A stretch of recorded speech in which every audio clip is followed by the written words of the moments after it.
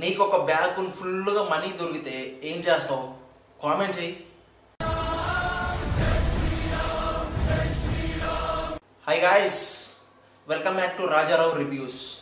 Costly కోరికలు ఇది ఒక బేస్డ్ ఆన్ ట్రూ స్టోరీ నుంచి 2023లో తీసిన మూవీ.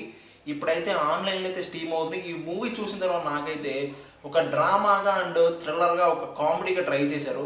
ఒక క్రైమ్ థ్రిల్లర్ కాదు, కొంచెం పర్లేదు, ఒక బిలో యావరేజ్గా అయితే అనిపించింది. ఒక బేస్డ్ ఆన్ ట్రూ స్టోరీ కాబట్టి వన్ టైం ఏ సినిమా లేనప్పుడు ఈ సినిమా ట్రై చేయొచ్చు అనిపించింది ఫ్రెండ్స్. ఒక కామెడీ కోసం కానీ లైట్ ఒక ఎమోషనల్ కోర్ లైట్గా ఉంటుంది, అది కొంచెం ట్రై చేయొచ్చు అనిపించింది, దానికోసం మాత్రమే. ఇంకా అసలు బేసిక్ కాన్సెప్ట్ ఏంటి, సినిమా ఎలా ఉంది సింపుల్గా చెప్పేస్తా. ఒక లైక్ ఒక సబ్స్క్రైబ్ కొట్టేసండి. కొట్టేశారు కదా, థ్యాంక్ యూ.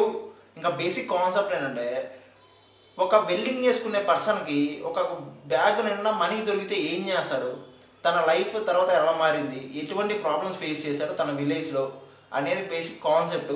ఇంకా సినిమా ఎలా ఉంది ఏంటి అని మాట్లాడాలంటే, సినిమా చాలా డల్లుగా చాలా స్లోగా ఉంటుంది ఫస్ట్ హాఫ్ అంతా కూడా. Second half somewhat better than first half friends. నిజంగా చెప్పాలంటే సెకండ్ హాఫ్ అంతా కొంచెం లైట్ కామెడీగా ఒక ఎమోషనల్ కోర్తో కొంచెం పర్లేదు అనిపించింది ఫ్రెండ్స్. ఒక యావరేజ్గా ఉంది ఓవరాల్గా సినిమా అయితే.